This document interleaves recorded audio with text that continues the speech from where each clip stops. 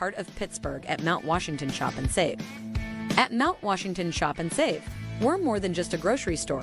We're your neighborhood destination. From the freshest local produce to gourmet delights, we've got it all under one roof.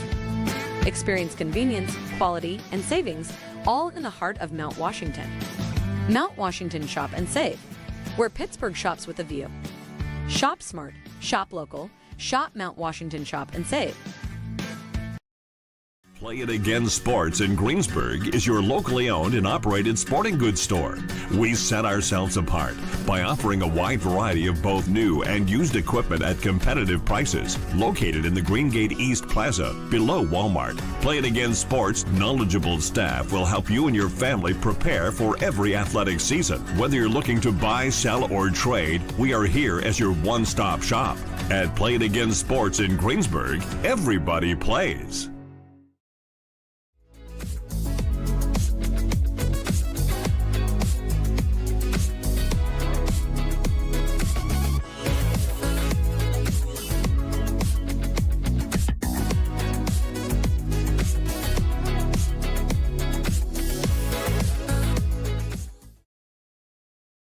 Thank you for calling Penny, PA's health insurance marketplace. How can I help you? I need help paying my health insurance premiums. You came to the right place. Penny gets you the lowest costs on high-quality plans. Enroll now at penny.com. Paid for with Pennsylvania taxpayer dollars.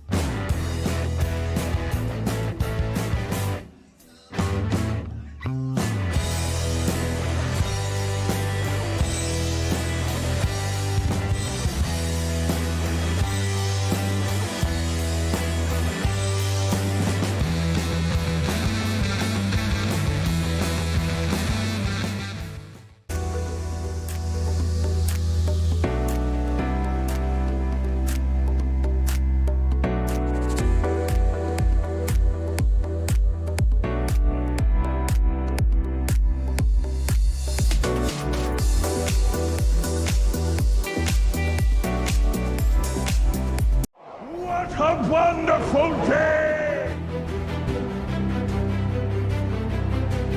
Welcome to Temple Strength and Sport Performance, where we empower you to reach new heights in strength, speed, and athletic performance. Temple is here to support you every step of the way. Whether you're a beginner or a seasoned athlete, join him in Jefferson Hills, Pennsylvania, and discover the difference. For more information, call 412-527-1755. Start your journey with us today. Do you have a favorite leather couch or chair that's damaged? Has your car, boat, or RV's interior seen better days? Maybe your business's furniture or your private aircraft's interior could use a little love. You're probably thinking replacement is going to be expensive. And what happens to the damaged piece after you throw it out? Does it just end up in a landfill? It doesn't have to. FiberNew specializes in the restoration of leather, plastic, and vinyl. To get an estimate, connect with us today. For over 20 years, groups, families, and individuals have been saving money with the Avia Dental Plan. For as little as $9.25 a month, members can save up to 50% or more on dental care. Plus, everyone qualifies, and there is no waiting or limits on visits to the dentist. Start saving today with the Avia Dental Plan. Go to getlowcostdental.com or call 1-888-431-2273. Smile. You're with people who care. Look at him, bright-eyed, bushy-tailed, climbing his way through the corporate rat race. We've all been there, focused on that next raise, promotion, chocolate bar. Keeping an eye on your health can be exhausting. Weight Loss Direct is a personalized wellness and weight loss program. You utilize an AI algorithm to determine your specific foods and match you with a real-life coach and an easy-to-follow meal plan so you could stay on track to success and health. Check out weightlossdirect.com to learn more.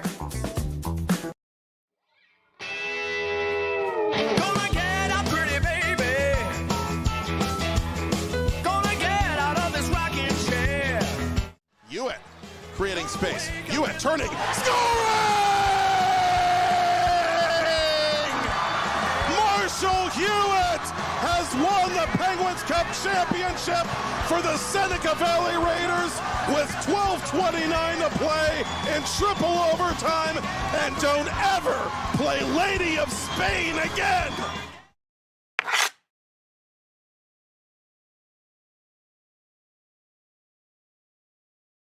Thank you for calling Penny, PA's official health insurance marketplace. How can I help? Would preventative care and screenings be an option? You came to the right place. Penny gets you the lowest cost on high-quality plans. Enroll now at penny.com. Paid for with Pennsylvania taxpayer dollars.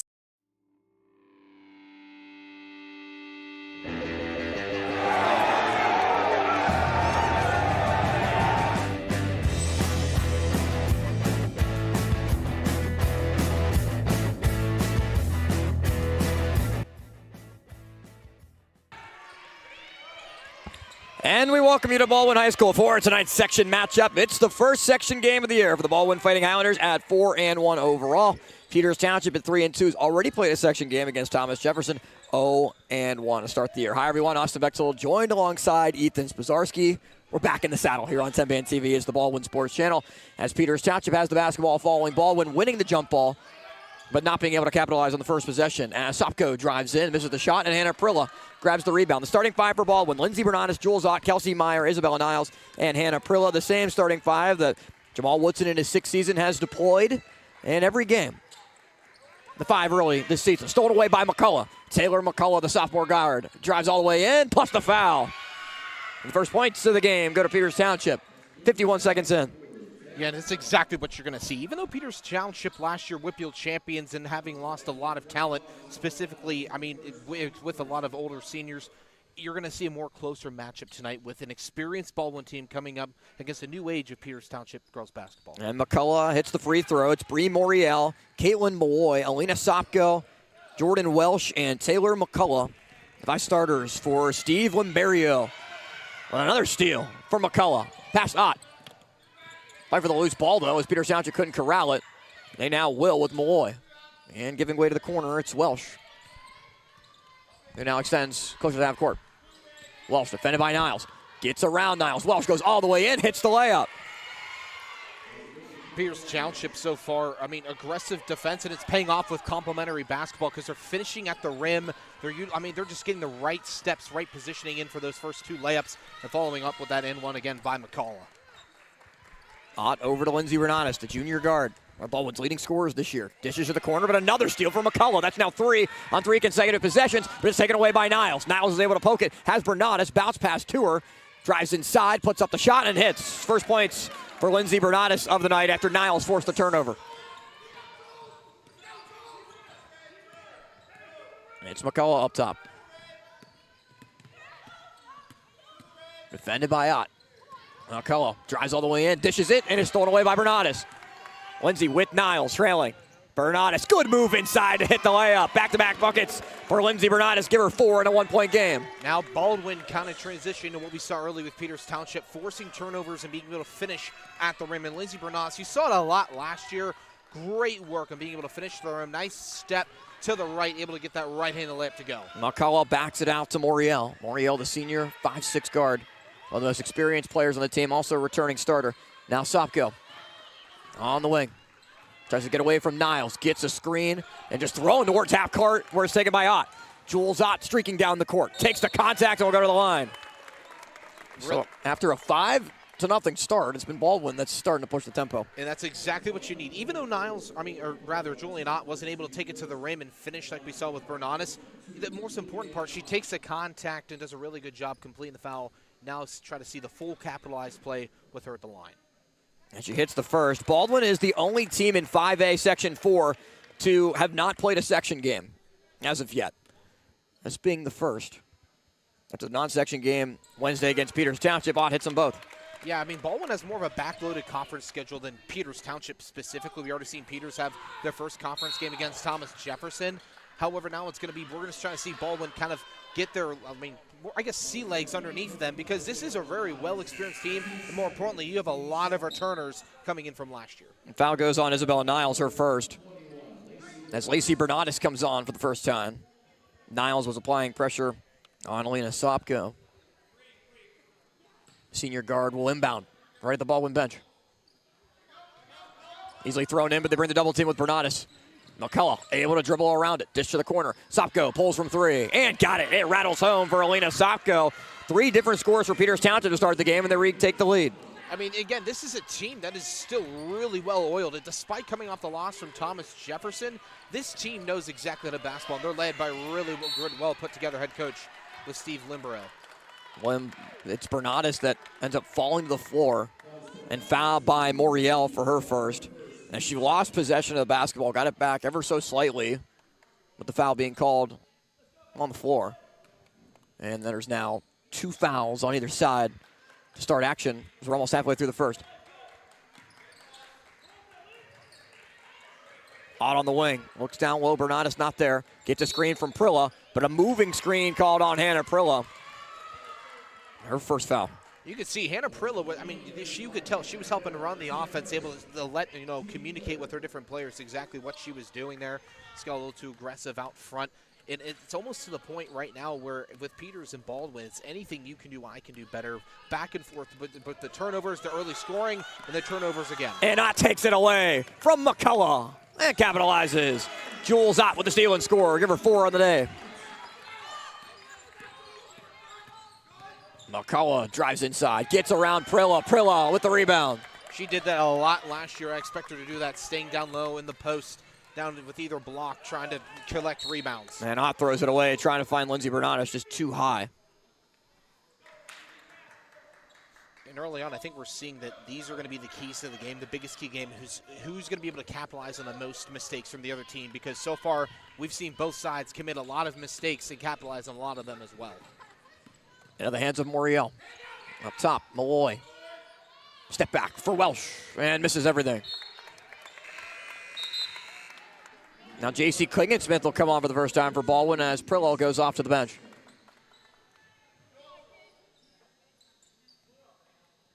So Peters Township will deploy the press. 3:57 to go first quarter in an 8-8 game. And it's stolen right away by Welsh off the inbound as Kelsey Meyer could not get it to Bernatis. McCullough swings to the corner. Sopko, the lefty, steps back. Can't hit. Offensive rebound, Malloy. Sopko gets it back and scores. I think that all starts from Lindsay Bernatis not being in the correct position. She was not where she needed to be for that offensive rebound for Peters Township. And then the Indians work out to Sopko. Sopko, easy shot for her, easy floater. She collects. Bernatis drives inside, dishes to Lacey Bernatis and pulls for 3. Rattles off, fight for the rebound, still fighting for it. It's McCullough that picks it up. McCullough with Klingensmith there and Lindsay Bernatis, and it's a push in the back.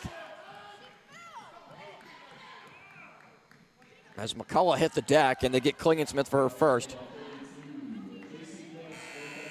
4th on Baldwin in the quarter. Mara Radulovic, a junior, 6-foot forward, subs in for Peters Township for the first time. Maddie Mell, junior, wearing 22, also into the game. Peters doesn't run too deep of a bench as Moriel pulls for 3. Offensive rebound by Radulovic. Keep the possession alive in the hands of Welsh. Here goes cross court. Mell defended well by Lacey Bernatis. Has to outlet. And Lacey takes it away. And fouled pushed right into the table. He was trying to deliver the pass. Yeah, you're seeing it. Both sides a little aggressive. They're not afraid to, get up, be personal, press on whoever they're covering. And you're seeing it at both sides. It's paying, and there's some benefits to it. And I think, right there, Bernadas really benefited being really close to the sideline, forcing Sopko to be a little more pressure resistant there. Lindsay looks for an outlet. Goes to Klingensmith. Down low. Ott cutting into the basket and scoring. And a good find from J.C. Klingensmith to give Jules Ott 6 points. Really good lead pass there. It's exactly where it needed to be, especially with Peters Township, who's running that woman-to-woman defense, really sticking onto each other, not allowing a lot of separation. Tipped away. Ott, another steal. Looks down the floor. Ott. He's fouled on the pass looking for Bernadas. As Moriel was involved, as well as Sopko. And they get Bree Moriel for her second. It's the fourth on Peters Township of the quarter, so both teams with 4, with 2:20 still remaining in the first 8 minutes as McCullough comes back on.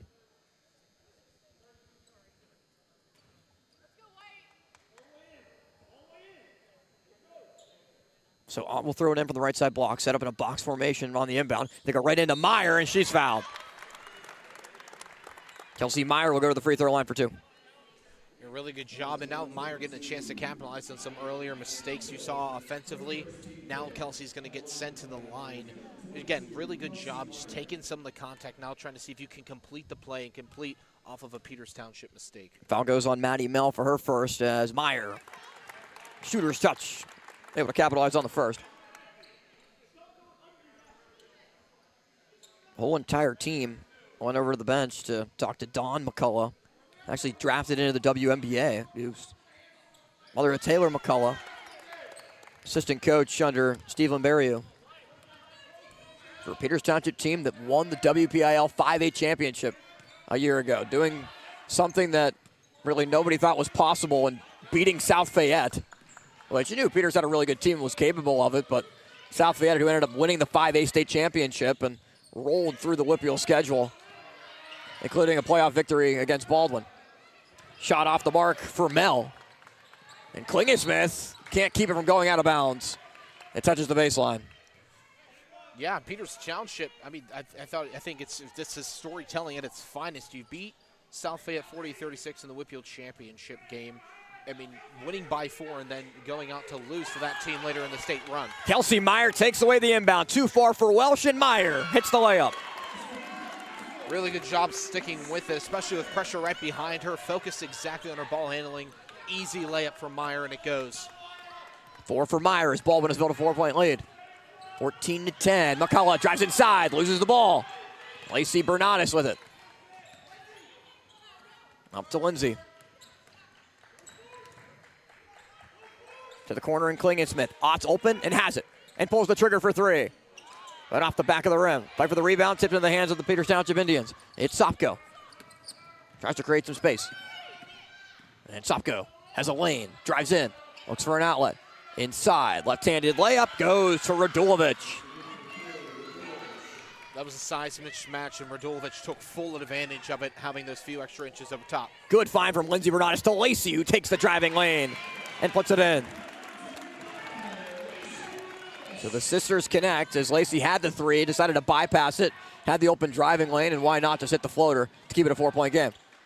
Down low, Radulovic, another layup, good. That was another really good shot, and she even got pushed in the back on the layup. Down low, Klingensmith as the tempo continues to pick up, and J.C. Klingensmith will shoot 2. Really good job again. Just complimentary basketball. For both sides, really, what we've seen early on. However, when these mistakes happen, these are free given points that allow each team to push ahead. That's exactly why Baldwin has that 2-point lead, because of these extra free throws and these fouls committed by Peters Township. Klingensmith can't rattle in the first. We talked about that South Fayette game. It was the loss for Baldwin in the 5A quarterfinals after beating Chartiers Valley 73-72 in the first round of the playoffs, 67-31. And a big reason why is because, South Fayette's entire starting 5 is going D1. That might help. I think that does a lot for your team when you have that much talent on it. Just a little bit. Yeah, it has a little bit to do with it. Sopko in the final 30 seconds to Radulovic. Taken away by Ott. Goes right into the passing lane. And an easy, uncontested layup. Can't make it any easier than that. And some poor decisions from Peters Township in the first quarter after they were in control the first couple of minutes. Down low, wide open Mel, but can't hit the layup. Second chance at it, though. Left it short again. Another offensive rebound for Peters. Radulovic can't hit. Bernardis ends the quarter with the basketball and with a 5-point lead. 19-14. As Baldwin puts up one of its best scoring quarters of the season so far. 8 minutes gone, 8 more to go before halftime here on TenbandTV.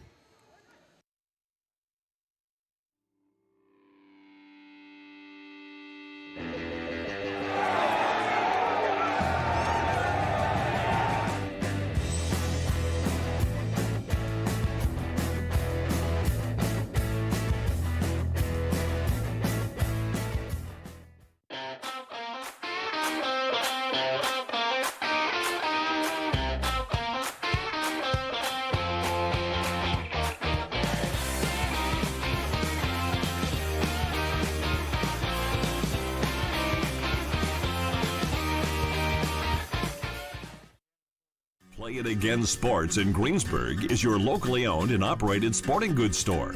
We set ourselves apart by offering a wide variety of both new and used equipment at competitive prices. Located in the Greengate East Plaza, below Walmart, Play It Again Sports' knowledgeable staff will help you and your family prepare for every athletic season. Whether you're looking to buy, sell, or trade, we are here as your one-stop shop. At Play It Again Sports in Greensburg, everybody plays. Discover the heart of Pittsburgh.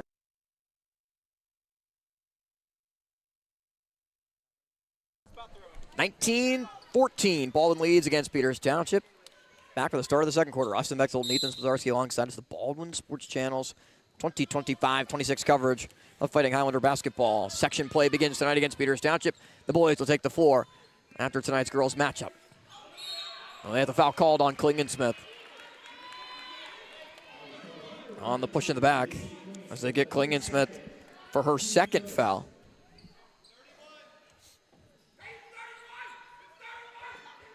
And Jamal calling out the play. Seemingly they've practiced what this is against defensively as they look down low, and it's called 5 seconds.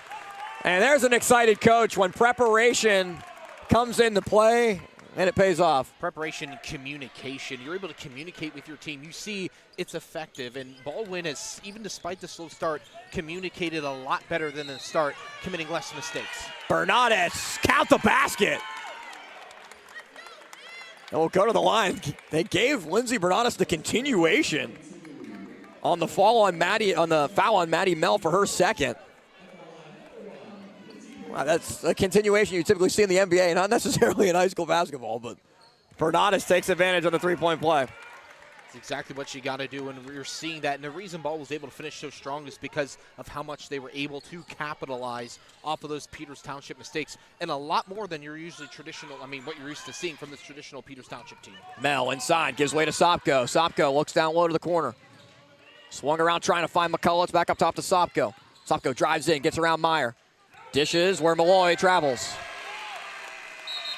And talking to Steve Limberio before the game, he said, look, it's a different team than it was a year ago. When you have Natalie Wetzel, 6'4", goes to Miami, already a contributor, and was just an absolutely dominant force on the offensive end of the ball. But he said, especially on the defensive side, where teams just would not challenge us down low in the paint, it's a lot different to try to defend against opposing teams as Bernardis steps out of bounds.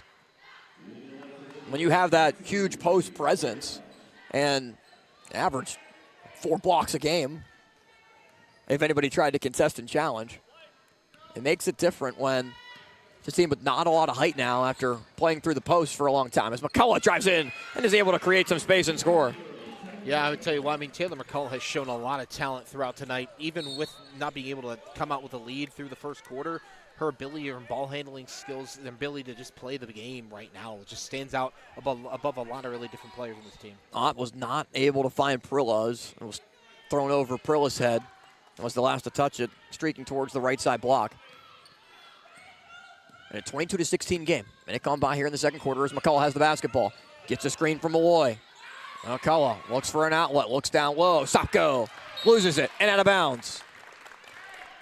And this is just a lot different, is the main way to put it for Peters Township compared to the success they've had over the last couple of years.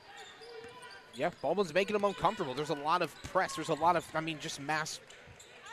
Bernardis, another layup. Lindsay's got 9. Jules Ott has 8 so far of the 24 points. Baldwin's just putting a lot into Peters Township's face right now that they're not really expecting for. A lot of hard passes, a lot of collisions, a lot of unplanned shots. And another travel, as this time it's Jordan Welsh, the sophomore, that's called for it.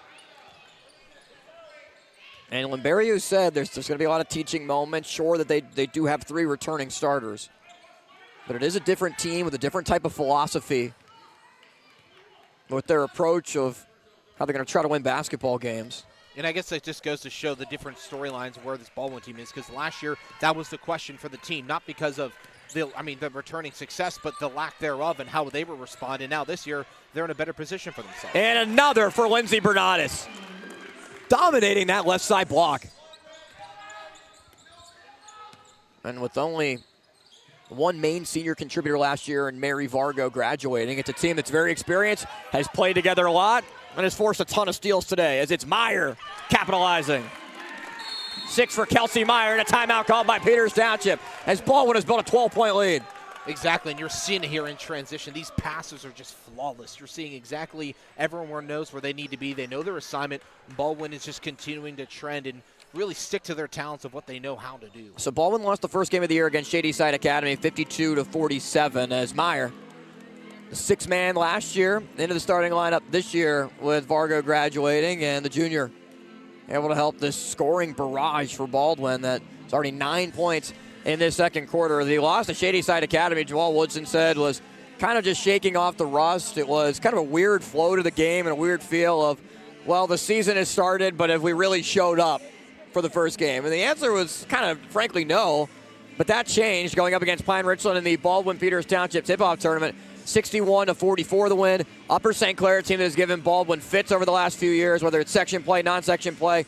51-45, Baldwin beat St. Clair. They dominate South Park 42-31, and it was a low-scoring game, but they had control for a majority of it. And Penn Trafford 52-47, a Penn Trafford team that was 22-0 in the regular season a year ago, ended up getting the 3 seed in the 5A playoffs. They're victorious in that one, and Baldwin is 4-0 on the season so far. As you take a look at some of the Baldwin boys that are going to take the floor for our second of 2 games here tonight on TenbandTV in partnership with the Baldwin Sports Channel. This is a string for Baldwin. Pine Richland, Upper St. Clair, South Park, Penn Trafford, Peters Township, Trinity, Albert Gallatin, of 7 home games in a row before they go back on the road to start the new year at Uniontown. Yeah, and I think something else that benefits Baldwin, something that's not really talked about a lot early on or even in a scheduled period, is the home and away difference. And I think the scheduling Baldwin has had has really benefited them because they're able to play on both surfaces to an equal level. You're not seeing a problem whether they're able to not be able to play on the road or at home. Jayla Kendall, number 10, a freshman, into the game for Peters Township and has the basketball. Kendall loses it with Bernardis, taking it away from her. Lindsay gives it to Ott. Jules off one dribble, hits another layup.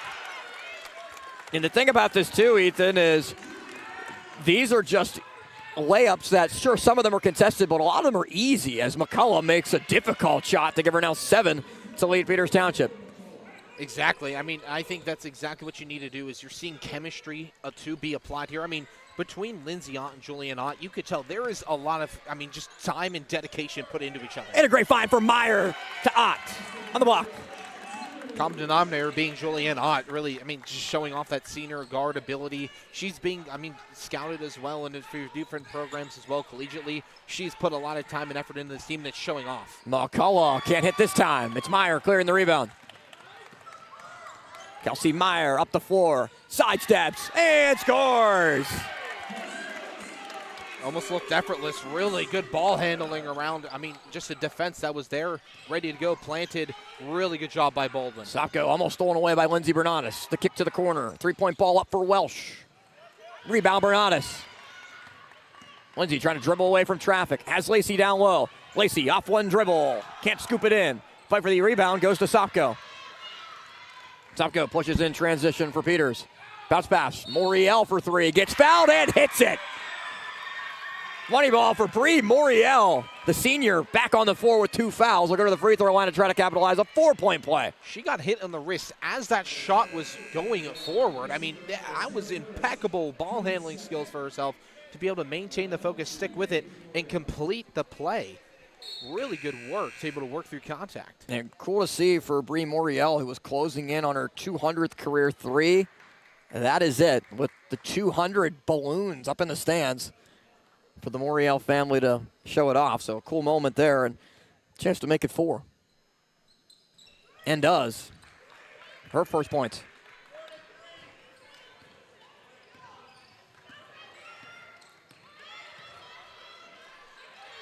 So it's Lindsey Bernatis, Jules Ott, Hannah Prilla, Kelsey Meyer, Isabella Niles, the starting 5 for Baldwin, as Jamal Woodson elects to take a timeout. J.C. Klingensmith at the scorer's table will set the check in. 3:48 remaining, second quarter of play. Baldwin has built a 12-point lead, 34-22. As Baldwin so far this season averages right around 50 points per game. Is on pace to smash that number. Exactly. It's interesting. Even though Baldwin is up 12, you can't take your foot off the gas, but you also need to be methodical about what you're doing, because this Peters Township team, despite being down 12 right now, still, and not being the exact team we saw last year, has the blueprints to be a very good team coming out, continuing on. I mean, if you had 3 wins against Upper St. Clair, Pine Richland, and North Allegheny. I know Pine Richland isn't exactly a powerhouse school known for their girls basketball this year, but Upper St. Clair and North Allegheny were solid wins. And something else to note with the girls team, they haven't lost 1 or more games in December since 2022. Yeah, so very impressive. Exactly. They know how to start the season off right early on. In Lindsey Bernatis. And now we'll back it out. Klingensmith came on for Prilla. Sets a screen for Bernatis. Lindsey still with it. Now over to Ott. Look down low for Klingensmith. Almost thrown away. Klingensmith now able to take it. Bounce pass to Ott. And Jules high off the glass is able to get it to drop. 14 points for Jules Ott. Pass to Moriel. It was almost deflected by Klingensmith. Marcella drives in. Kicks to the corner. Welsh up top. Moriel drives inside and scores.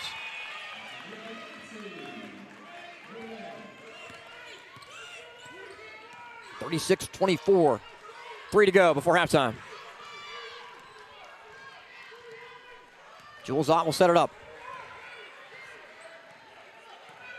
With Bernatis in the right side corner, Niles at the left side wing. Bernatis will come take the basketball right near the Peters Township bench. They look cross court to Niles. Niles off one dribble, gets away from the defender and real high off the glass scores. No shot clock is very much benefiting Baldwin in that situation. And Jamal Woodson goes after the basketball. He's trying to get involved in the action. It's been that up-tempo. Exactly. I mean, and I think no shot clock really helps Baldwin there, because you're able to set a play and you're not being rushed in that time limit yet. It's going to come into effect soon. Yeah, 2028-29, the shot clock officially will be in place, as they're going to give teams a pretty long cycle to be able to adjust as McCullough travels. 3rd travel called against Peters Township in the half. And that's exactly what Baldwin need to be able to do, because then guess what? Isabella Niles is go down low to the baseline. She finds herself free, takes a free dribble as well. No rush at all, and Baldwin's able to communicate. You're seeing it now between Ott and Bernatis again. It's just what they do. Communication is ever so key, and when you're given an unlimited amount of time to do so, taking full advantage of it is exactly what you need to do. It's a high 2-3 zone for Peters Township, as that's why Baldwin was able to exploit it the last time. They're trying to change up the defensive sets. As we've mainly seen Baldwin be able to run in transition, it really doesn't matter what they've played in the half court, as they call it timeout. With Jamal Woodson using his 2nd so far of the game. 2 fouls called on Baldwin so far in the quarter, just 1 on Peters Township, so nothing to worry about in that regard for the penalty as of yet. But a ton of games that are taking place tonight in section action. Section 4 of 5A with Albert Gallatin at Bethel Park, Peters and Baldwin, and Trinity at Thomas Jefferson. TJ beating Peters Township at Peters so far early on this season. And those games all starting at 6 o'clock. Did we start the trend of doubleheaders because of the broadcast calendar? Can we take credit for that or no? I mean, I don't know if anyone else could try. I don't remember there being, maybe this is just to my own ignorance, doubleheaders until like 5 years ago, right after the COVID season, where the girls would play first and then the boys would play 6 and 7:30. until we decided, hey, maybe we should stack it that way. I think there were a couple of schools that did it, but now it seems like everybody does it. Well, exactly, but you also got to think, it just makes sense scheduling-wise. I mean, to put them back-to-back, it means everyone's there. It saves time for the facility as well. You got to think it makes a lot of sense more realistically to do that. And you also get a decent contingent of students that are already here. Yeah. You can't for the come girls' too game early. here for the boys' game as well. Yeah, you can't show up too early. You're showing up, even if you show up early, guess what? You're watching a good basketball game, which, by the way, this very much is, despite the point differential between these two teams right now. Jules Ott pokes it away from McCullough. And Baldwin has just been pressuring to an extreme against Peters, forcing multiple turnovers, 3 travels, and just making Peters Township uncomfortable as they're able to get it into Sopko. Yeah, I mean, full court press, half court press. I mean, you name it. Baldwin's pressing up against Peters Township, making them uncomfortable. You're seeing a lot of those mistakes transition. Moriel drives in, outlets, and a foul called as the pass went to Welsh, but Moriel was hacked on the arm. Yeah, that one just a little too handsy, a little bit right there on the wrist. Even, I mean, right kind of in line with where the table is.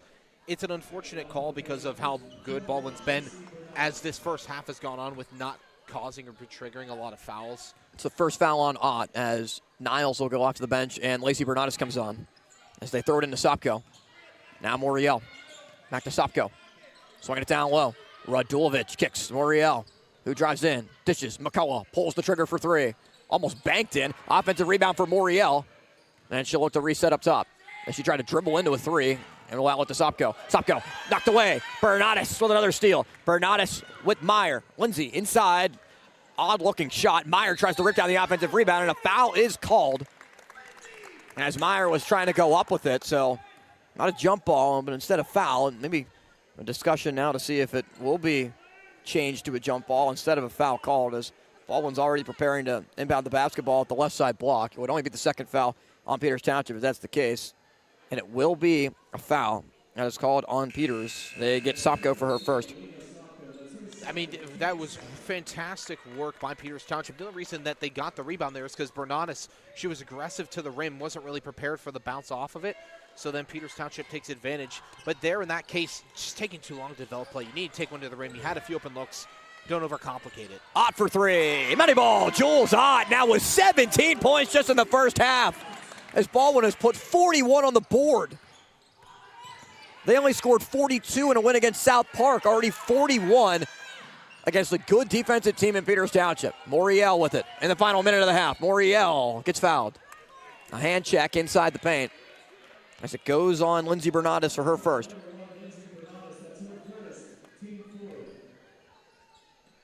So everyone that has played for Baldwin other than Hannah Prilla has scored, as Moriel for 3. Got it again. 2 triples for Bree Moriel, and now 9 in the game. It's exactly how Peters needs to continue to go. And even though 38 seconds left, finishing with, I mean, your foot on the gas in the right way could really change a lot of things how the second half appears, even though Baldwin is holding a hefty lead and a dominating one at that. Defended by McCullough. Gives way to Meyer. Prillo to Lacey Bernardis. And it's an offensive foul called on Prilla. And that's happened to Prilla a couple of times this season, as it's her second. So Klingensmith and Prilla both with 2 fouls. As Prilla goes off.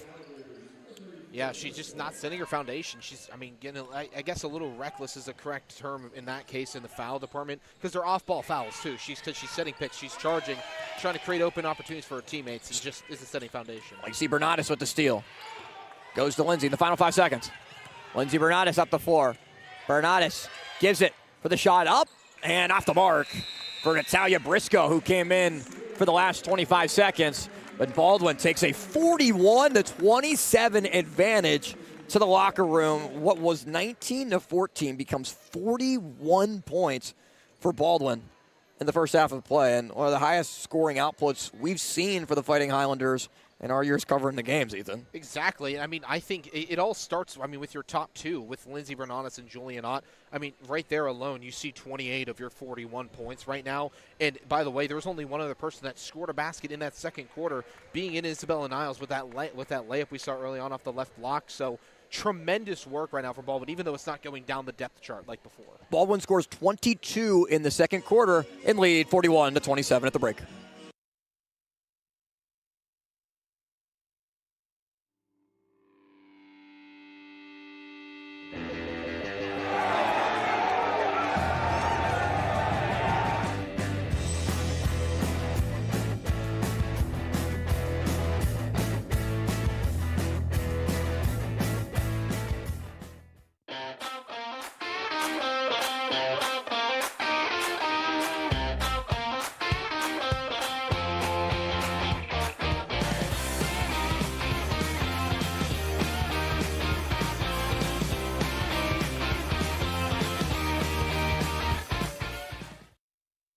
Play It Again Sports in Greensburg is your locally owned and operated sporting goods store. We set ourselves apart by offering a wide variety of both new and used equipment at competitive prices. Located in the Greengate East Plaza, below Walmart, Play It Again Sports' knowledgeable staff will help you and your family prepare for every athletic season. Whether you're looking to buy, sell, or trade, we are here as your one-stop shop. At Play It Again Sports in Greensburg, everybody plays. Discover the heart of Pittsburgh at Mount Washington Shop and Save. At Mount Washington Shop and Save, we're more than just a grocery store. We're your neighborhood destination. From the freshest local produce to gourmet delights, we've got it all under one roof. Experience convenience, quality, and savings, all in the heart of Mount Washington. Mount Washington Shop and Save, where Pittsburgh shops with a view. Shop smart, shop local, shop Mount Washington Shop and Save.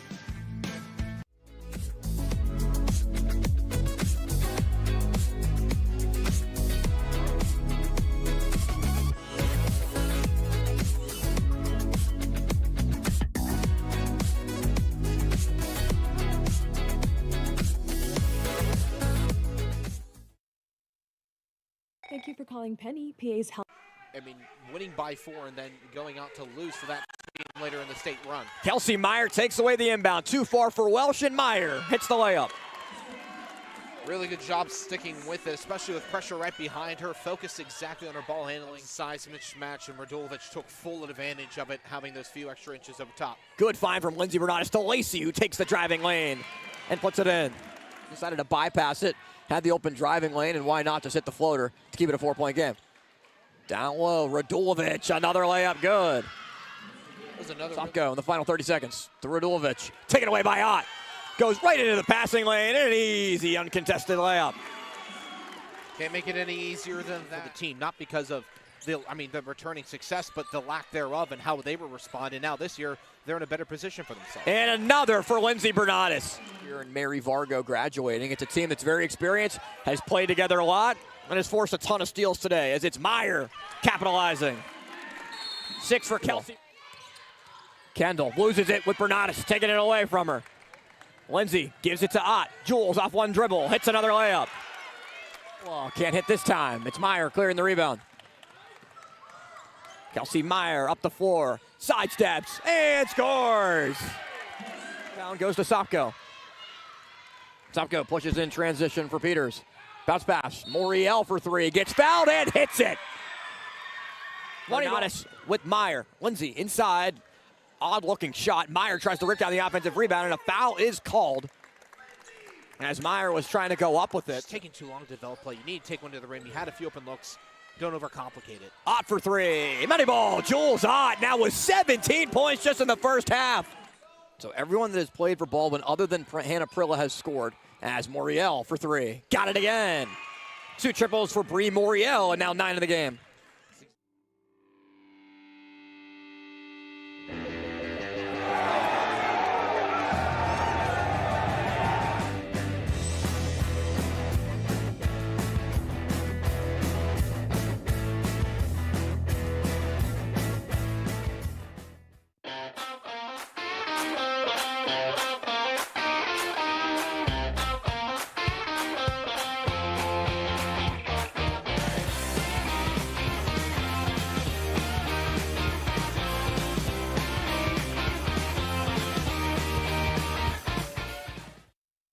Play It Again Sports in Greensburg is your locally owned and operated sporting goods store. We set ourselves apart by offering a wide variety of both new and used equipment at competitive prices. Located in the Greengate East Plaza, below Walmart, Play It Again Sports' knowledgeable staff will help you and your family prepare for every athletic season. Whether you're looking to buy, sell, or trade, we are here as your one-stop shop. At Play It Again Sports in Greensburg, everybody plays. Discover the heart of Pittsburgh at Mount Washington Shop and Save. At Mount Washington Shop and Save, we're more than just a grocery store. We're your neighborhood destination. From the freshest local produce to gourmet delights, we've got it all under one roof. Experience convenience, quality, and savings, all in the heart of Mount Washington. Mount Washington Shop and Save, where Pittsburgh shops with a view. Shop smart, shop local, Shop Mount Washington Shop and Save.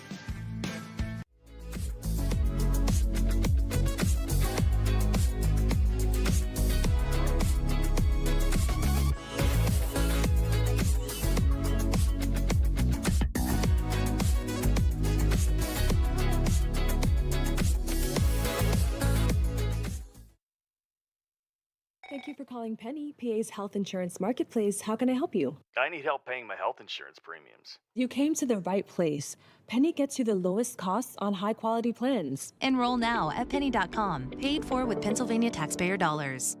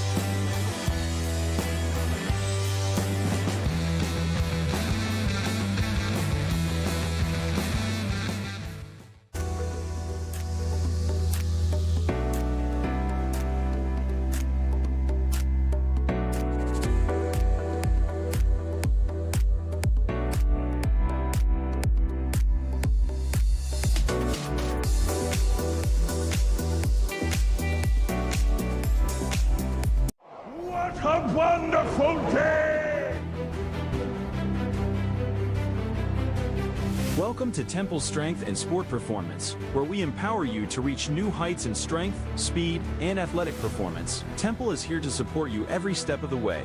Whether you're a beginner or a seasoned athlete, join him in Jefferson Hills, Pennsylvania, and discover the difference. For more information, call 412-527-1755. Start your journey with us today. Do you have a favorite leather couch or chair that's damaged? Has your car, boat, or RV's interior seen better days? Maybe your business's furniture or your private aircraft's interior could use a little love. You're probably thinking replacement is going to be expensive. And what happens to the damaged piece after you throw it out? Does it just end up in a landfill? It doesn't have to. FiberNew specializes in the restoration of leather, plastic, and vinyl. To get an estimate, connect with us today. Back for the start of the second half in the 41-27 game. The Fighting Highlanders pouring it on against Peters Township. So far, just one half has gone by. Austin Bechtold and Ethan Spazarski alongside on the Baldwin Sports Channel in partnership with TenbandTV as the Fighting Highlanders will throw it in and we switch ends as Baldwin will approach the right side basket as you see it. Wearing their home whites with purple numbers and purple and white and black trim. Peters Township in its road red with red and white trim. And we are set to go to start the third. Lindsey Bernatus will throw it in right in front of us with Bernatus, Klingensmith, Niles, Meyer, and Jules Ott. So Prilla off the floor to start the second half. It's Klingensmith in the first five. Meyer drives in, gets blocked on the way up by Welsh. With a second chance at it, Bernatus loses it out of bounds, and it will go the other way. I think you got to start with their, good job overall of when that possession gets Baldwin around, the shot doesn't make it. You're not questioning an automatic foul. You continue to play through the contact. Obviously, it didn't pay off because Baldwin now has turned the ball over since, but not a bad start in the sense of, not getting caught flat-footed. However, now you got to come up with a defensive response early on, even with a sizable lead. Welsh has it now and goes to Moriel. To the corner, and McCullough gets a screen from Moriel. McCullough, good roll down low, but an errant pass trying to find Welsh. Meyer with the basketball, picked it up but traveled, not able to do that, as it'll stay here now after the turnover. And that was exactly the response he needed off the first possession. Great work by Ott to work down low, and then complimentary play by Meyer, but fortunately just getting a little too handsy off the loose ball. Right into Sopko, now Moriel in the corner. Moriel drives in, and a foul is called. No shot, they wave it off.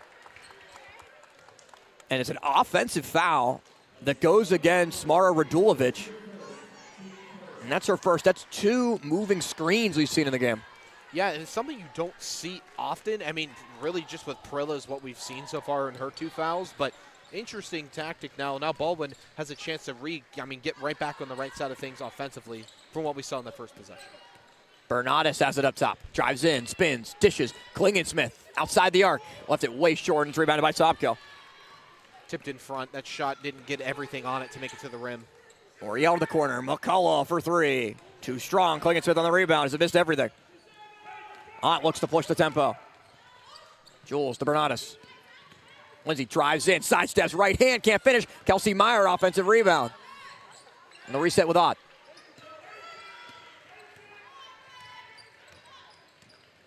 Jules Ott drives. Dishes. Niles on the perimeter. To Klingensmith, same spot. And instead, we'll back it out. Lindsey Bernardus pulls for 3. That was also deflected on the way there, but ruled no, it was not. So it looked like it was tipped. That was clear. I thought it was. It was clearly tipped. And Jordan Welsh was on it. She was eyeing the ball. She stayed with the ball the entire time. Got that right hand out. There was a clear deflection, but I guess the officials didn't see so. We're doing a grease out. So Lacey goes off as Lindsay goes to the bench. Moriel swings it around. Radulovic down low. Sopko. Double team comes. Gets it to Radulovic. Can't hit the layup, though. And Klingensmith is fouled. Great concentration for Baldwin off. That ball sails through the air. 3 bodies go down, and next thing you know, it's Radulovic standing there all alone with an open shot. Baldwin comes away with another loose ball and then forces Peters Township to get handsy. Allow Baldwin to now have the ball, push it down the court, and get a chance to score. Second on Radulovic of the half in the first 2 minutes. As Ott goes to Klingensmith. Went 7 against Shady Side Academy. Her highest output of the year. Lacey Bernardus now. Defended well by Moriel. Lacey looks down low. Good find to Niles, but can't hit the layup. And Niles, a little bit more insult to injury, ends up picking up the foul. And that was a large credit to Lacey and her ability to ball handle, move around, and just stall in a sense to allow everyone to work down low, down to the baseline with Isabella Niles. Unfortunately, though, just where she was in placement-wise, wasn't able to get up and get it. And that is the 3rd on Isabella Niles. So the worst foul trouble of anyone in the game is Niles' 3 fouls. Prilla has 2. Klingensmith also has 2 for Baldwin. They look down low. Radulovic is not there, as Welsh will maintain and now look to throw it into the post. But traveled. Couple of difficult possessions for Mara Radulovic, the junior. As Peters Township will bring Caitlin Malloy back in. Daniela Radulovic, her older sister, 6'3" senior, graduated a year ago, had 6 points in the last matchup. As Meyer looks to create, bounces to Ott, was almost stolen away by Sopko, who defends against Ott, right near half court. Ott gets a screen from Meyer, and it's a foul called on Kelsey Meyer. And the Baldwin bench, a frantic no way called out. And Jamal kind of calmed the bench down a little bit. As no one has scored in the first 3 minutes of the third quarter. On either side, and Peters Township's only had 2 scores since the second quarter. That's not exactly what you want to see. I guess in a sense you got to compliment a lot of the defense on both sides. Moriel for 3. She's got it. Bree Moriel, 3 triples in the game, including her 200th of her career, now with 2:02. Bernardus gets it poked away. A steal for Peters Township. Thrown up the floor by Welsh. Long pass as it's Sopko deflecting it. And Ott just decides to let it bounce out of bounds, and we'll take it. That looked like the Peters Township football team winning a WPIAL championship on that long pass. Yeah, no like one 50 yards out here. Yeah, and I mean, first of all, fantastic football team as well. Just the ability to mesh and work together through so much adversity, especially in that 5A championship. Yeah, there's something in the water in Peters right now as the football team wins a WPIAL championship. That's their second in 3 years. Correct. Boys basketball goes to the WPIAL championship game for the second time in 3 years. And the girls team wins the WPIAL championship last year. Good things happening for neighboring Peters Township. As McCullough pulls from straight on. Ripped away by Welsh. And back to McCullough. McCullough lost it to Lacey Bernadas. On up the floor. Stolen away Sopko. Back and forth we go. Good find to Moriel. Blocked by Ott. And Ott got tripped up as she hit the deck right in front of the student section. And it looked a lot worse than what it ended up being, as Ott was quickly able to get to her feet. But there's a little bit of a limp as she was called for the foul. And that's the second on Ott in the game. As Bree Moriel will go to the free throw line. 1 of 1 so far, capitalizing on the 4-point play, but she can't hit the first. Yeah, Bree Moriel has, not only was she the only person to score so far in this quarter period, she's the last person to score for Peters Township moving into the second quarter as well. So Moriel last year had 2 threes in the matchup. It was a 67-57 win right here at Baldwin for Peters Township, as the Fighting Highlanders went 0-2 against Peters last year. Natalie Wetzel, how big of an impact she had? 34 points. 34 points, including 32 in the final 3 quarters. And what makes it worse is she has more points than her team so far combined in this matchup alone. Ott drives inside. Maddie Mell just kind of left where Ott was, but then ended up poking it off of Ott to be able to force the turnover, and Peters Township elects to call timeout. This is a good use of a timeout as well. Even though Peters Township has found themselves on the positive side of things in the third quarter, technically, both sides, a lot of sloppy play, a lot of turnovers, a lot of inconsistency offensively that you aren't really used to seeing. And carrying on our conversation, I think you can name 8 Division I starters through Peters Township last year just by girls basketball and football alone off the top of your head without having to dig for it. I mean, Division I talent as well. I think Peters Township has found themselves on the right side of things athletically for a long time. They've always been a pretty good, I think pretty good is an understatement, but overall good team athletically, or big good school. And now for Baldwin, really find themselves on the right side of things for basketball, something that it took a bit of time to get back to where it was, because at one point, Baldwin basketball was a really good, prestigious sport represented by the school, and now it's finding its way back there as well. The head-to-head matchup today, thus where each storyline is led, is giving us a good game. And before the game, got a chance to talk to the first Baldwin girls basketball team that ever won a section championship in 1974. But how about this? In that 1974 year, there was no, at least by what I was told, girls basketball WPIAL championship that they could have played in. There was districts, but ultimately won the section, but ultimately no WPIAL championship. And I said, you guys should have 1974 up there on the WPIAL championship banner, the first one for Baldwin girls basketball being in 1976, the first of 4, the final one coming in 1983. That was also the last year that Baldwin has won a section championship, 1983, as Bernadas is fouled after the steal. It's Lacey on the steal, number 21, fouled by 21 for Peters, Jordan Welsh. Yeah, I mean, this is, it was kind of funny how we talked about it last year with the boys. You know, what was it, 39 years since 39 the section years. championship. Turned that around. I understand it's been a little bit longer than that for the girls, but overall as well, something else to know is that girls and women's sports becoming much more increasingly popular, and they're growing too outside of it with, girls wrestling, women's wrestling, and even flag football as well. You're seeing a lot of progression in the right direction for girls sports. Yeah, you're talking 43 years. That would be the streak broken for Baldwin if it's able to win the section this year, as they have a really strong team and the team that's capable of doing it. And up by 11 points against Peters Township in the final 3 minutes of the third quarter. As Bernadas looks down low for Ott, but is stolen away by Radulovic to Sopko. And they push the tempo. Bounce pass that can't be corralled by Maddie Mell. Yeah, I think you have to give right now what you've seen. Again, it is still 5 games into the season. We're still early in the first half of the season. However, from what you've seen for this Baldwin team, you've been given no reason to not consider them a legit threat in 5A basketball competition in the WPIAL. So the 5 for Baldwin: Jules Ott, Lindsey Bernatis, Lacey Bernatis, Hannah Prillo, and Kelsey Meyer. As Bernatis gets blocked by Radulovic. Moriel moves up with it. To Sopko.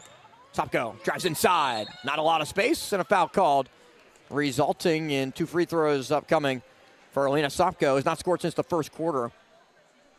And they're instead going to have it out of bounds at the left side block as the foul goes on Kelsey Meyer for her second. Yeah, I mean, I think what's working right now, something Peters needs to start utilizing is, I mean, Radulovic, she's 6 foot tall, tallest girl on this team, or at least on the floor as of right now. Utilizing her more. She's been doing a lot of rebounds, only has 4 points. Here's Bree Moriel. Gets a screen from Malloy. Moriel, floater, bounces off. Fight for the rebound, stays with Peters Township. It's Sopko looking on a great pass to Welsh for the layup. And that's exactly the complementary basketball you need. You fight, you scrap for it, offensively earning the bucket, and that's exactly how you do it. Baldwin becomes pressed to the basketball, leave one too many girls unattended on the backside. And what was a 14-point lead is now 9. Ott can't extend it back, but a late whistle and a foul called as Jules Ott will go to the free throw line. Yeah, Jules Ott has a chance to get the first points of the quarter for Baldwin, period. No points by the Highlanders so far. So you go 41 through the first 2 quarters, and now you're almost done with the third with 0 on the board. Yeah, in over 6 minutes, the scoring drought has continued where Ott, 2 of 2 at the free throw line, makes it a third with 18 points. McCullough comes back on for Peters as they send Sopko off to the bench. Exactly why you can't take your foot on the off the gas. 14-point lead doesn't matter. Still needs to be handled carefully because as fast as you can get, especially in basketball, you can lose it. But Peters has only scored 5 on the other end, so it's not like they've really been able to take advantage offensively of Baldwin's scoring drought that ends from Jules Ott making both. McCullough, Malloy, deflected away by Bernatis. Lacey with Welsh dribbling in. Welsh gives Moriel, open shot for 3. She's got it. Another for Bree Moriel. 4 triples on the game. She has 15 points to lead Peters Township. That pass looked like it was tipped by Lindsey Bernatis' right hand. She stood out there. And she can't roll it in as it's out of bounds and will stay here. I mean, I think defensively that wasn't a bad opportunity. You get the tip pass and force Peters to take a 3, which besides for Morel, it's not like there's only been, let's look, only 1 of the 3 made outside of Morel for this Peters Township team. So overall, that was a good defensive stand. Just couldn't be able to capitalize on it. So Ott throws it in from the left side block. Lacey Bernatis loses it, but stays in bounds. High pass deflected on the way to Ott. As Jules Ott tries to get it out of there. Now Lacey Bernatis. Up to Lindsay up top. Prillo comes for a screen. Bernatis drives in, dishes. Lacey, open 3 left side corner. Too strong, though. Meyer fights for the offensive rebound, looking with Mel, and it was Mel that was able to clear it out. Up the floor goes McCullough. McCullough, jump stop, doesn't go, gets her own miss. McCullough looks for an outlet. Straight on for a 3-point bucket up and off. Mel not able to hit. Another chance for Peters Township. And another good look for Welsh. Too strong. 4 chances for Peters, but it's stolen away by Bernatis. Lindsey Bernatis with Jules Ott. Bernatis drives all the way in. Right hand, too strong. Fight for the rebound. Goes to McCullough in the final 30 seconds. McCullough cross court. Moriel's open. And hits her 5th. Bree Moriel doing it by herself to bring Peters Township back in this. I think you need to notice, remember, there were 2 or 3 threes attempted on that first possession. They all were missed. Moriel gets her first attempt on it on the next possession. Money ball. Prillo with 2 seconds has to put up a shot. Prillo doesn't know it and hits it off the side of the backboard. And what was a 41-27 game at the half, Baldwin scores 2 points in the third quarter and now only leads it by 5, 43-38. Back for the fourth quarter in a moment.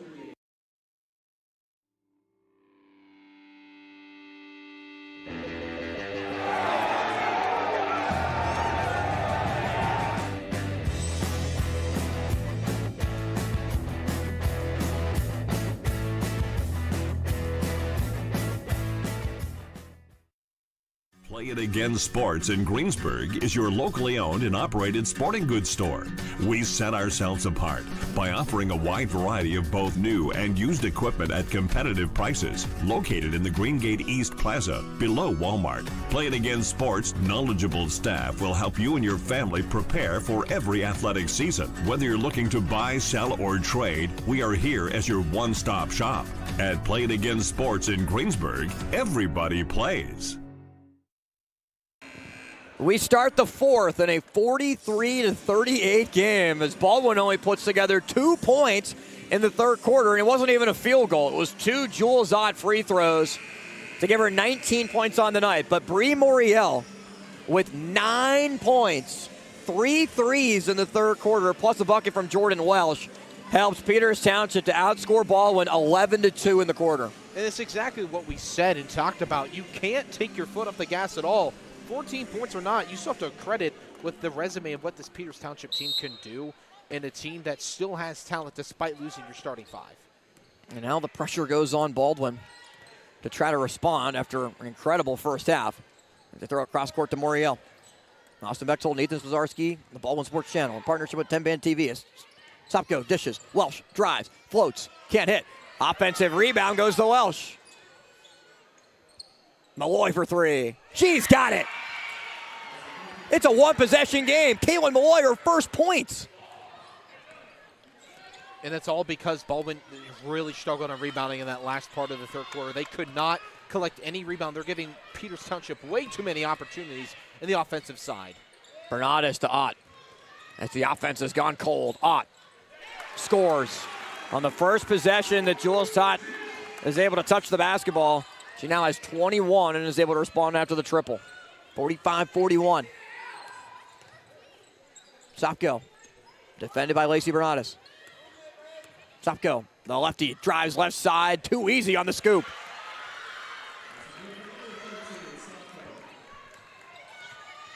Back to a 2-point game.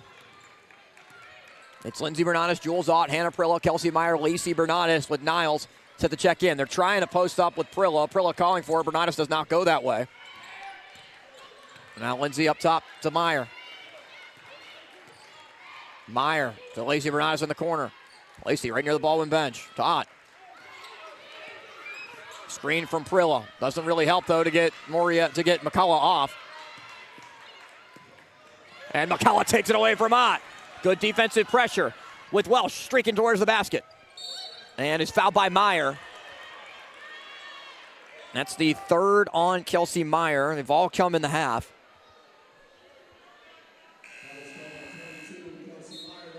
And the problem with that is because there is no shot clock, because Peters Township can take as long as they want to go up and get a basket, because then if you allow the basket to go, you can take your time and slow things down, try to recontrol pace of the game. No shot clock, that becomes a problem. Moriel drives inside, dishes to Sopko. Sopko drives, dishes to the corner. McCullough is able to keep it from going out of bounds. McCullough has the baseline. Bernades just gave it to her. Sopko for the lead. Rebound, Niles tries to track it and is able to do so. And they'll reset with Lindsey Bernades. I think slowing down the tempo now, Baldwin needs to recontrol the tempo of this game. Lindsey drives in, scoop layup doesn't go. And now Moriel pushes to Welsh. Welsh drives in, Welsh, we're tied. A 14-point lead at halftime, completely erased as we're knotted at 45 all. And Baldwin just searching for answers. Only 4 points in the last 10-plus minutes as Bernades to Ott. And an offensive foul called on Lindsey Bernades, who at this point just seems stunned by what's taking part right now. And this Baldwin collapse in the second half. Yeah, I mean, there's just no answers being given right now. I mean, it all starts because there haven't many made baskets as well. And Bernades goes off to the bench. Sopko will bring it up.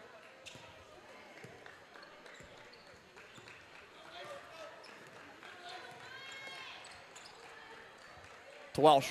Looks down low, not there though. And Sopko, defended by Meyer. Sopko drives. Klingensmith brings up the help defense. Fight for the rebound goes to Meyer. Meyer looks to push. Needs an outlet.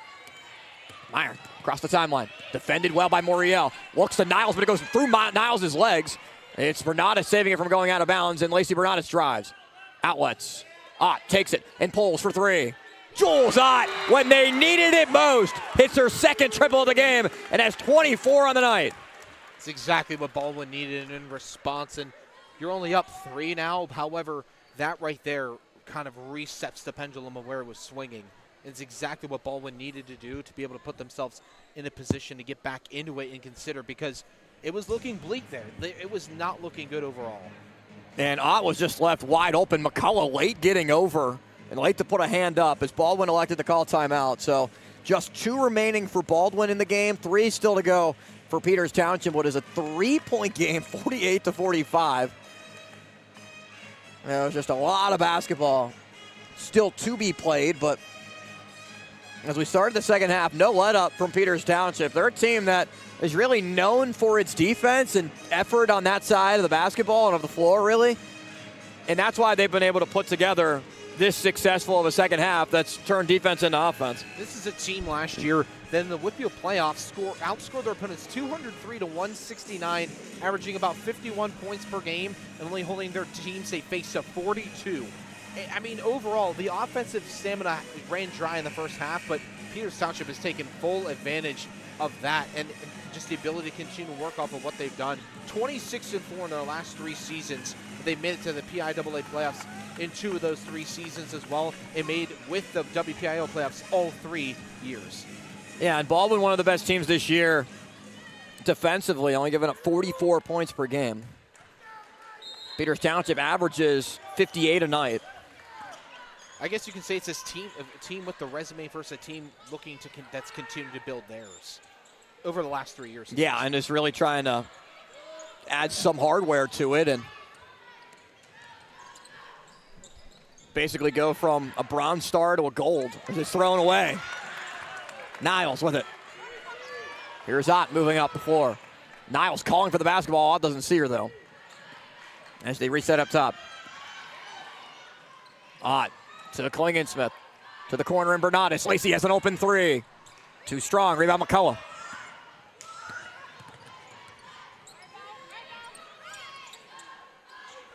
Now Bree Moriel. Up top. Half the quarter gone by. Malloy brings the screen. Moriel drives in. Dishes. It was Welsh who threw it away. Now Ott. 3-point game. 3.5 still to go. To the corner and Niles, who pulls the trigger for 3. Way too strong, though. Fight for the rebound. Goes out of bounds. Last touch by Malloy. It will stay here as Caitlin Malloy had the ball right in her hands, but just not able to squeeze it to take possession. It looked like Peters Township just had 1 too many passes, too, on that offensive end. They had a few open looks down low, but they wanted it. They're rather looking to tie the game instead of keep chipping away at it. And that's where, I mean, again, ball handling paying dividends on the defensive side as well. Good find to Meyer for the layup. 10 for Kelsey Meyer. Sopko to the corner. Welsh goes back up top to Sopko. A lot of movement down low for Peters. And they bring Malloy over for the screen. Sopko goes the other side of it. Sopko, the lefty, scoop layup, rebound Klingensmith.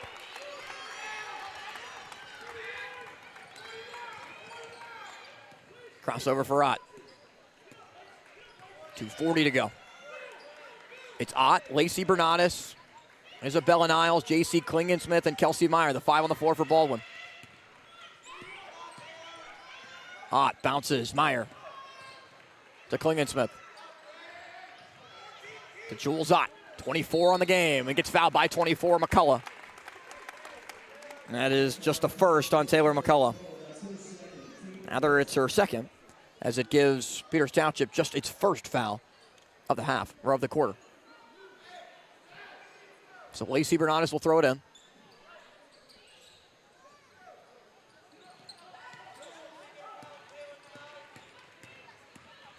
Niles all the way in. Niles finds space and scores. Got right past Bree Moriel in a nice little sidestep to be able to get to the right side block. Isabella Niles just 4 points, but has been impactful in her minutes. That's something that hasn't happened all night either, because you've seen just down low, Peters' ability to really, especially in the second half, stand strong in the post and each block. But exceptional work by Isabella Niles, creating some space in her own opportunity too, paying off. You don't need to have a lot of points, but she's contributing at a moment where Baldwin needs it most, and just really found their sea legs, or just got rid of their sea legs rather, from when they went on a long scoring drought. So for Baldwin at 4-1, trying to win its first section game of the year, you wonder who are going to be the main teams that are going to most compete in this section, and it's a very strong one with Baldwin at 4-1, Uniontown 5-1, TJ's 5-1. TJ's probably the strongest team in the section. Trinity also a really good team at 5-0. They started the conference 1-0. Peters, Bethel, Albert Gallatin all losing their first conference games, and of course this the first for Baldwin in section play. Yeah, South Fayette as well. Obviously, you got to continue through them outside of section play. Yeah, as well. in section 3, they're already 6-0, and you can imagine they're just going to roll through their section.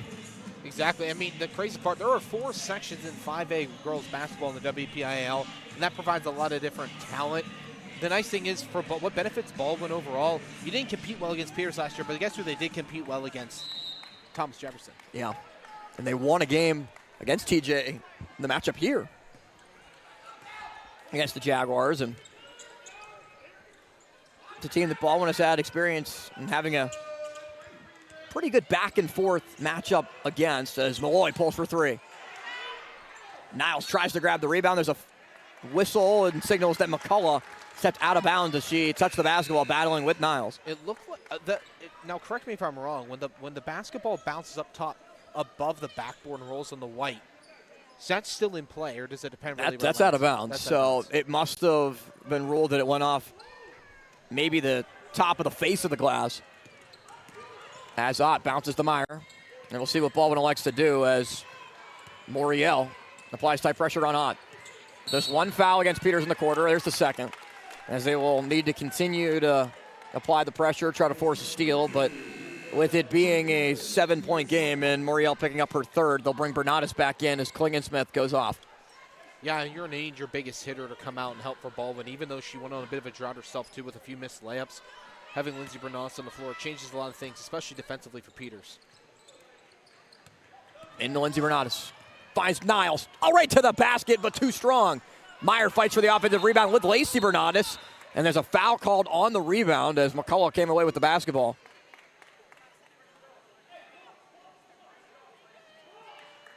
And it looks like it's going to stay here. The foul will go on Peters. So they get Maddie Mell for her 3rd. That is the 3rd on Peters.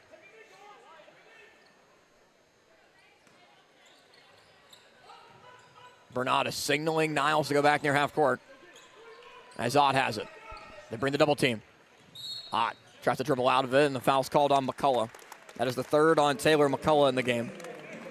It's now 4 Peters Township Indians with 3 or more, with 3 fouls right now.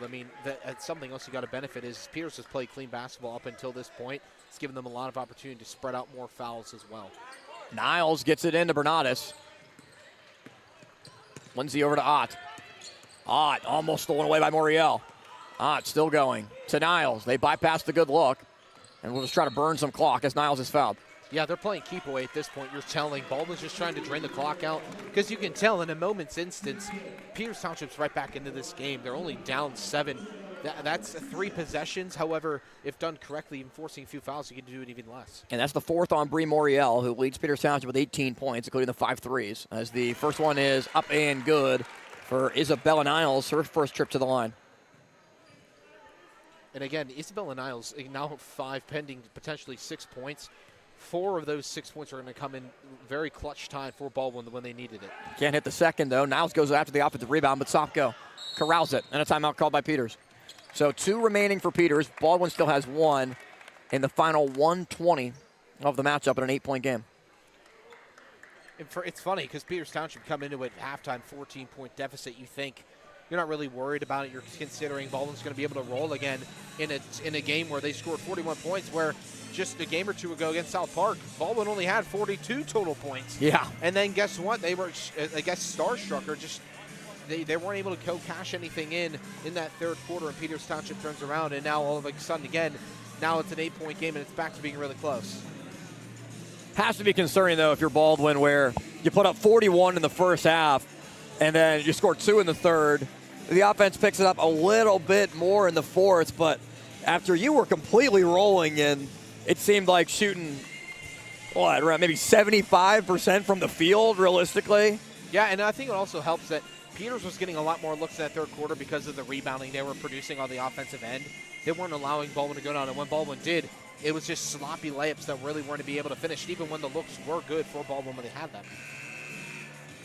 Stay tuned for Game 2 of our doubleheader as the Baldwin boys will take the court against the Peters Township Indians. And it's an important one to start section play. Peters is already 0-1. They lost to TJ.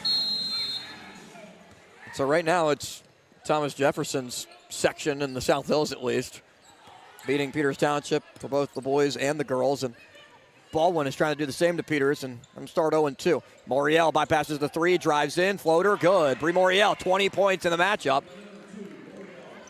As Ott tries to dribble out of traffic. Ott still going, inside a minute, and Sopko fouls her.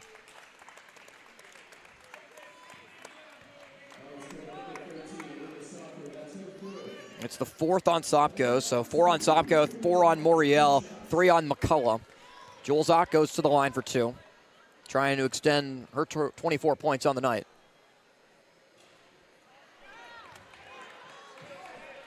Now 4 of 5 at the free throw line.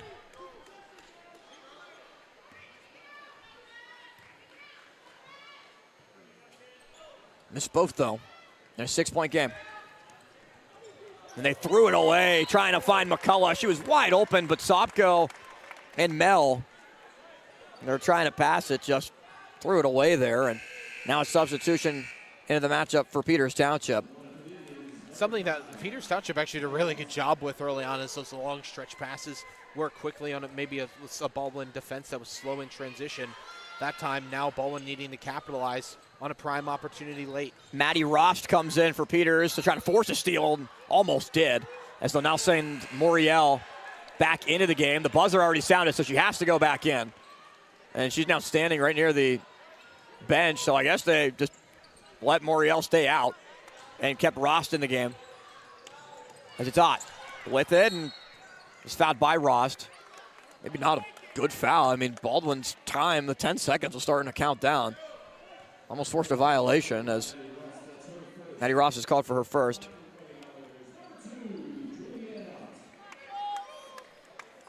So Jules Ott back to the line, missed the last 2. She's now missed 3 in a row as everyone is over near the Baldwin bench, drawing up the play to try to defend the next play and break the press if there's an ensuing bucket. No one in the lane as Ott has missed 4 in a row to keep Peters Township alive with Sopko driving, gives it up to Mel. Mel to Moriel. Moriel off one dribble, pulls, and it just rolls out. Niles is fouled, as that would have made it a 1-possession game, and the way the Baldwin's been missing free throws, that could have been very, very interesting. That basketball did everything but go in. Great shot, great look, on connect, rolled through the rim twice, and physics decided to reject the opportunity. That had every opportunity of a great look for Peters, but now for Isabella Niles, who honestly has been the more clutch-esque player right now for Baldwin in this second half, has an opportunity to put it away, even by making just one of these 2 free throws. Foul goes on McCullough, her 4th. Niles hits the first.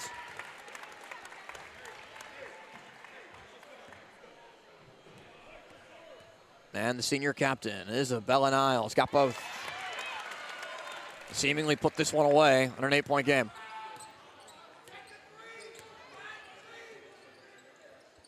Welsh swings it, cross court, Molloy pulls. Rebound Moriel. Moriel will take the layup. Now with 22.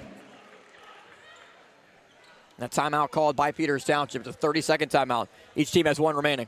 I think another thing you got to look at, I mean, just continue to dive into what looks good at this game. Baldwin hasn't allowed Moriel to go outside the arc in this fourth quarter, which, by the way, she had 3 in the third and 5 total in the game coming into the fourth quarter. So great work to be, again, force and make Peters Township uncomfortable and play to a game that they're not used to playing.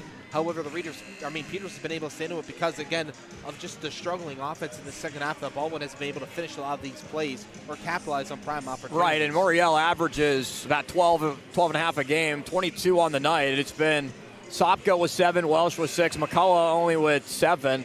They really have not been able to get a lot of the starters going other than Moriel in what is a relatively low-scoring game, but for Peters Township, where they haven't put up a ton of points overall this year, than 72 against a down North Allegheny team. How often do you see 72-47 against NA? Not too often, but it's odd. Going back to the free throw line.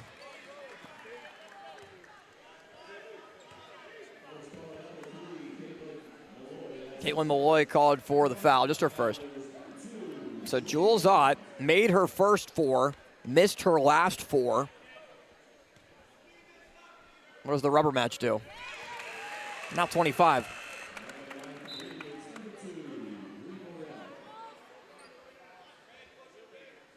With 14 seconds remaining.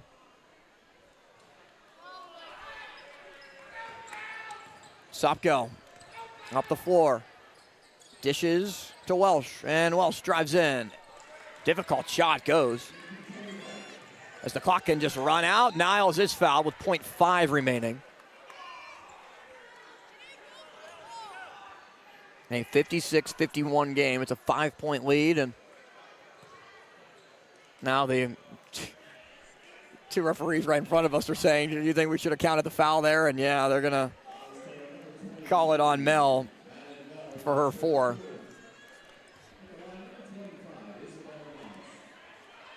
So Spazarski, have you decided to take the over in girls high school basketball? I've decided, yes. Maybe you are happy about it, or maybe there's somebody in the crowd that's I'm sure there's doing something nobody really thinks would happen in high school basketball, but Niles got both.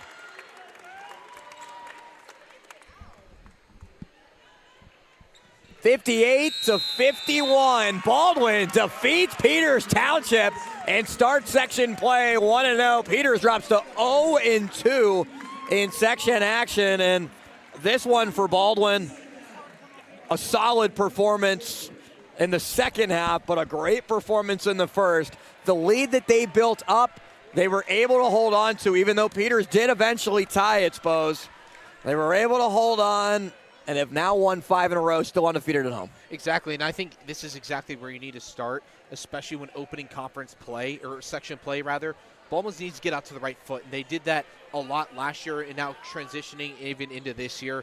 And against a really good team, too, that has to build morale. That's not one that you just take lightly or you worry about. You need to be able to utilize that and put this in the memory bank, but continue to push, because Peters is a good team, TJ's a good team, but you're going to still have to face against South Fayette in these other crucial games later on in the season. 3 different scorers for Baldwin ended up reaching double figures. Lindsey Bernatis with 11, Kelsey Meyer with 10. Isabella Niles also had 9, but it was Julianne Ott, 25 points, Jules. A little bit of a scare with the free throws at the end. I know. But altogether, really good game for you, a couple of threes. What was working so well?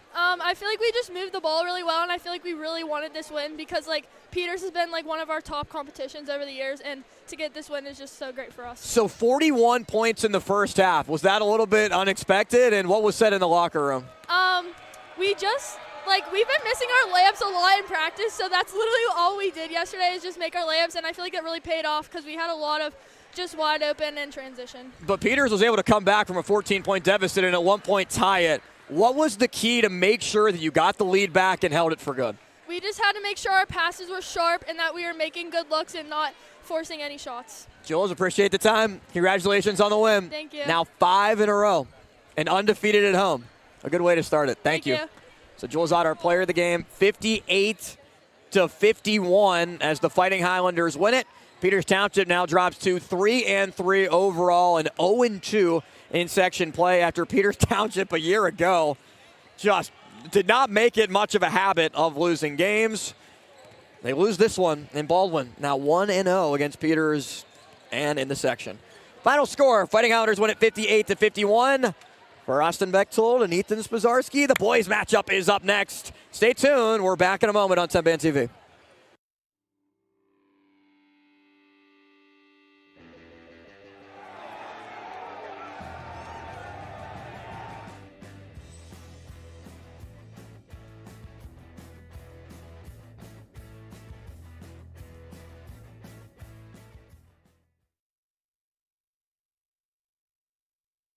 I mean, winning by 4 and then going out to lose for that team later in the state run. Kelsey Meyer takes away the inbound. Too far for Welsh, and Meyer hits the layup. Really good job sticking with it, especially with pressure right behind her. Focused exactly on her ball handling. Size mismatch, and Radulovic took full advantage of it, having those few extra inches over top. Good find from Lindsey Bernardis to Lacey, who takes the driving lane and puts it in. Decided to bypass it, had the open driving lane, and why not just hit the floater to keep it a 4-point game. Down low, Radulovic, another layup, good. Sopko in the final 30 seconds to Radulovic. Taken away by Ott. Goes right into the passing lane, and an easy, uncontested layup. Can't make it any easier than that for the team, not because of the returning success, but the lack thereof and how they were responding. Now this year, they're in a better position for themselves. And another for Lindsey Bernardis. Here in Mary Vargo graduating. It's a team that's very experienced, has played together a lot, and has forced a ton of steals today as it's Meyer capitalizing. 6 for Kelsey. Kendall loses it with Bernardis, taking it away from her. Lindsey gives it to Ott. Jules off one dribble, hits another layup. Well, can't hit this time. It's Meyer clearing the rebound. Kelsey Meyer up the floor, sidesteps, and scores. Down goes to Sopko. Sopko pushes in transition for Peters. Bounce pass, Moriel for 3, gets fouled and hits it. Bernardis with Meyer. Lindsey inside, odd-looking shot. Meyer tries to rip down the offensive rebound, and a foul is called as Meyer was trying to go up with it. It's taking too long to develop play. You need to take one to the rim. You had a few open looks. Don't overcomplicate it. Ott for 3. Money ball. Jules Ott now with 17 points just in the first half. So everyone that has played for Baldwin other than Hannah Prilla has scored, as Moriel for 3. Got it again. 2 triples for Bree Moriel, and now 9 in the game. That's not exactly what you want to see. I guess in a sense you got to compliment a lot of the defense on both sides. Moriel for 3. She's got it. Bree Moriel, 3 triples in the game, including her 200th of her career, now with 202. Boy, Moriel, floater. Bounces off, fight for the rebound, stays with Peters Township. It's Sopko looking on a great pass to Welsh for the layup. And that's exactly. Lacey with Welsh dribbling in. Welsh gives Moriel, open shot for 3. She's got it. Another for Bree Moriel. 4 triples on the game in the final 30 seconds. Malkawa cross court. Moriel's open and hits her 5th. Bree Moriel doing it by herself to bring Peters Township back in this. Dishes. Welsh drives, floats, can't hit. Offensive rebound goes to Welsh. Malloy for 3. She's got it. Sopko, defended by Lacey Bernardis. Sopko, the lefty, drives left side, too easy on the scoop. Scoop layup doesn't go. And now Moriel pushes to Welsh. Welsh drives in. Welsh, we're tied. A 14-point lead at halftime, completely erased as we're not out of bounds, and Lacey Bernardis drives. Outlets. Ott takes it and pulls for 3. Jules Ott, when they needed it most, hits her 2nd triple of the game. And instead of keep chipping away at it, and that's where, again, ball handling paying dividends on the defensive side as well. Ott, good find to Meyer for the layup. 10 for Niles all the way in. Niles finds space and scores. Got right past Bree Moriel. And the girls, and Baldwin is trying to do the same to Peters, and I'm start 0-2. Moriel bypasses the 3, drives in, floater, good. Bree Moriel, 20 points in the matchup.